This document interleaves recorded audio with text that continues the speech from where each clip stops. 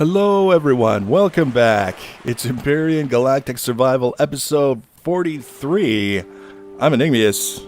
The sun is just coming up. We're still working on our capital vessel. Last episode we showed you we expanded the deck that we were building it on, and then we started building it. We had some wonky things happen, but we corrected it. And then everything has been pretty smooth since then with the construction. We're standing on the Intergalactic nerd pole that I built. It's quite a ways down to the deck, and I made this so that we could get a fairly decent view of our ship as it sits so far without having to use the drone, with blocking the screen with parts of the UI and also the yellowish tint. I mean, it doesn't bother me when I'm using it, but when you're creating a video, if you can avoid it, that's usually a good thing to do. Now you can see it's quite large relative to our first one, which is conveniently actually parked just over there up on the hill. It's wider than our first capital vessel. It's definitely taller than our first capital vessel, and by the time the back end is complete over here, it'll probably be about the same length, possibly even a little bit shorter, but also it might be a little bit longer. It's not really that important that it be longer in this situation. We've got some of the thrusters in place, but more importantly, the biggest design goal that I had in mind for this build was the old capital ship. Everything was so compact, and we had the warp drive right in the middle of the hull. So if we wanted to get from the front of the ship to the back of the ship and access all of the different cargo and constructors and all the different things that we wanted to do, we would have to run for a certain distance and go up an elevator, and then run another certain distance and go down an elevator, and then it was basically split into two, and it was kind of a pain in the butt. It was workable, but we could do better. So I decided with this build, what I wanted was one entire deck that has only blocks that we would interact with. So we have fuel tanks, oxygen tanks, our cargo containers, our ammo containers, our constructors, our food processors, all of these things that we would interact with on a regular basis, all on one deck so we can reach them. I understand now that we can interact with them through the control panel menu. I don't like doing that. It feels disconnected in a 3D world to be placing things in specific locations and then do all of your interaction with them through a menu. It just doesn't work for me. If it works for you, fantastic. So in my case, I wanted them all physically located close to each other so that if I do have to put more oxygen in the oxygen tanks and more fuel in the fuel tanks and check on the constructor that's processing the ore that we need to make the stuff for some other things, then I can do that without having to mess around with going up and down elevators into different decks and stuff like that. So that's what we've been focused on, and you can see it's coming to fruition. We'll get down there and we'll take a closer look at it, but you can see the fuel tanks, the oxygen tanks. We've got also an oxygen station and a medic station, so that when you first enter the ship, if you go up the elevator shaft from the ground to the very top, you get to the top deck, and your oxygen station and your medic station are right there, like within a block of you on either side. So if you're suffocating or if you're about to die, relatively quick access to those things. The deck below is where we're going to have the things like the generators and the warp drives that are necessary for the ship, all of the RCS units. But you don't interact with them. They can just sit there. You don't need to think about them once they're there, unless they're taking damage, and then you still have access to them. You could go and repair them, but they're not necessarily in the way. And then the deck below that is nothing. The deck below that is basically an extra layer of armor between the bottom of the ship and the stuff that we need to preserve. So that's kind of the whole idea so far. It's coming together quite nicely. You can see. Actually, let's get down off the pole here. Yeah, we can make it all the way across. Hurt a little bit, but we made it. So down here is that whole thing that I was talking about, having the guns and then having the windows, the layers of windows, so that you can fire the guns and everything's lined up with the cockpit, so it's a little bit easier to aim, and they're all as close together as we could possibly get them without actually blocking your view when you're aiming. So we've got the 4 pulse lasers here. They're much bigger than I thought. Every time I go to place them, I'm astounded at how long they are. They're absolutely massive, which is fantastic. And they're kind of out of the way. Again, a little bit difficult for bad guys trying to shoot specifically at them to get to them amongst all the armor around them. Just the angles that you would have to come in at make it a little bit difficult. So that's kind of cool. Those are working out, hopefully. we never got a chance to test the ones that we put on our first capital ship. And then this is the main deck, as evidenced by the cockpit here, the control seat. And you look down here and you can see it does get a little bit darker from having window in front of window in front of window, but you can still kind of see what's going on. And you'll also have the added benefit of the HUD helping you out a little bit with the target and the distance and all that other stuff, so you can line things up a little bit easier. And then we've got all of these things. I was talking about the oxygen station, the medic station. We've also got a couple of fridges here, so if you happen to be a little bit short on the hunger side, there'll be food in these fridges. You can just kind of grab hold of whatever you need and have a bit of a snack. Oxygen, fuel tanks, oxygen. Lots of room in between, easy to get around. Back here, these little openings are actually so that we can repair the rear thrusters if they're damaged. Obviously we can't repair them if they're destroyed, but if they're damaged, we can repair them without having to leave the ship because they're right here. Thruster extra large, thruster extra large, thruster extra large. So it's just a little bit of a sneaky on my part. This is where we're going to have our constructors, probably like that, and then our food processors, kind of like that, and then we'll have, I'm actually going to put the ammo containers along the tops of these fuel tanks, and then you can reach the fuel tanks underneath to add fuel if you need to. The ammo containers will be towards the center, so they're not as likely to get hit by enemy fire coming through a wall, but also, like everything else, easy to access, don't have to run very far, you can just do what you need to do and get out of the way. And then the cargo containers will probably be very, very similar. In fact, there may even be sort of an arch effect from building the ammo containers out and then the cargo containers out. We'll see. It's the main thing is we're going to have everything really close together so we don't have to worry about running around in order to get to it. We'll save a little bit of time that way.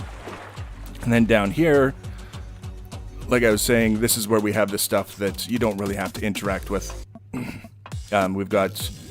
Are there only two? No, I've got all four of the gigantic Tier 2 generators in here, and then we've got the warp drive in the back, and that's as far as it goes. There's nothing beyond the warp drive except for this window so that you can go to the deck below and look up at it. Who knows? It's not that important. It was just a weird idea that I had, and so I ran with it. I wouldn't say that it's functional or even necessarily wise, but it's there. Then we've got some more thrusters. These are the ones that'll be providing lift, and this is one of the ones that'll be providing downward thrust, and basically the mirror on the other side. Another one providing lift, another one providing downward thrust. And then over here, actually, first of all, we'll finish the tour. This is the lower deck that has nothing on it, and it won't have anything on it. We may fill it in with another layer of combat steel blocks if we're really, really paranoid about taking damage from the underside. But for now, this whole thing here, this whole floor, if you want to call it a floor, is just an added layer of armor. So we're kind of thinking with that in mind. Then we come out here, and we're passing into what will eventually be the hangars. This is an outrigger that we're standing in. And then over here is the same thing. I'm trying to find one where I can actually drop down onto the ground. I don't think I have enough room. Nope. Oh, that could have been bad. You can see these are the outriggers.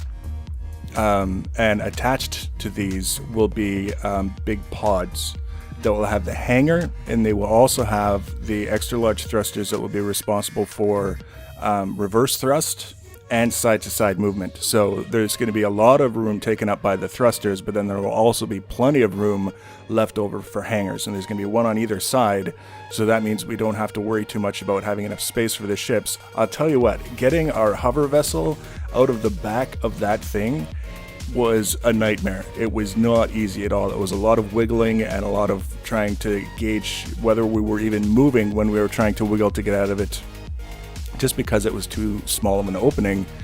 So we want to see what we can do to widen that opening as much as we possibly can and have an easier time. It'll be low enough, and both sides will have ramps so that we can get hover vessels into the ship from the ground without having to worry about not being able to reach up into the hangar. And beyond that, heavily armored as well. Both outriggers will be heavily armored. And then lastly, well, of course, we have to finish this. You can see I'm actually out of hardened steel plates, so I can't upgrade the hardened steel blocks into combat steel until I get some more sathium. So we're going to have to take a trip out to the asteroid belt and mine up some sathium and process it so that we can make all of these things. I actually went and gathered the last iron deposit on Omicron, and it turned out to be a big one, so that was good. We've got lots of iron for the time being, but sathium we need, and then we'll be able to finish this back end. You see, it's going to be kind of beefy. But then, once that's done, and I'm afraid we're going to have to use the drone for this one because I'm not going to climb back up on top. We're going to close off this top section here. We're going to raise the roof by 1 block as it comes across the central area here, so it'll have a little bit of a texture, a 3D sort of aspect to it. It's not just going to be a flat deck coming all the way across like this. And then on top of that will be the third pod that we're going to be adding to the ship. So it's going to have 2 pods on either side, and then it's going to have a third one up top, and that's going to be where all of the farm stuff is going to take place. We'll have lots of room for growing vegetables so we can keep ourselves fed no matter where we go or how long we go for. And then when that's done and everything else is done, we put the guns on, and then we'll be able to test it. It's going to have a lot of guns on it. And again, this is... I built ships, and I have this goal in my mind that we're just going to be able to fly up to something nasty and win in a firefight. That's the whole idea, instead of doing this business of standing off as far as we can and hoping that they don't even shoot at us while we take out their turrets. That's a tactical way to approach it when you're not sure if your ship can stand the beating, but I want the ship to be able to stand the beating. So that's kind of the idea here, and that means, first of all, plenty of frontal armor, and the armor in the front, you can't see it because it's all closed in now, but it's all at least 3 blocks thick of hardened or of combat steel. We're gonna have enough guns on the ship that we can afford to lose turrets in the middle of a fight and not have our firepower so diminished that we basically have to run away or just sit there and be destroyed. That's kind of the thing that I want to make sure that this ship is capable of doing. So that's going to be one of the things we have. We're going to have guns on the pods. We're going to have guns on the main fuselage, wherever we can fit them that doesn't look horrible. And they're all going to be miniguns and possibly some plasma turrets, depending on how materials hold out. And between the miniguns, the plasma, the pulse lasers in the front of the ship, and the little ships that we'll be able to eject to do whatever we need to do, I think we ought to be okay in most environments where we can just land the ship, it can take care of itself, it can take care of us, and we can exploit the things that we need to and gather the loot that we want. That's the whole idea. So as you can see, we've been very, very busy building a very, very large ship. The next episode will show even more attached to this very, very large ship. What I would like the most to do right now is finish off this back end to an extent. It doesn't have to be perfectly polished and happy, but mostly covered up, and then the pods on either side taken care of. Again, they don't have to be painted, they don't have to be textured yet, all that stuff can come after, but if we can get those on, then all the thrusters will be on. I can get rid of those temporary thrusters that we put on just to right the chassis after it did a little bit of a flip in the last episode, and we'll be good. We'll be able to move this thing around, do what we need it to do. In the meantime, if we're going to be heading out to the asteroid belt to harvest some sathium, I'm glad I didn't start pulling this thing apart just yet. We're going to need it because I don't want to take our small vessel because it can't look after itself if a drone comes up and says hello. And I like having the idea of the turrets, but we're going to end up having to go mine some more promethium just to pay for the fuel to get this guy out there and take care of business. Whatever happens in the next episode, there's going to be more than what we have now. That's the guarantee. If you want to be notified when we add that next episode, see the progress we're making, then by all means you can subscribe to my channel or follow me on social media. Links for social media in the information section below the video. Feel free to leave your comments and feedback. Thanks for watching, guys, and take care.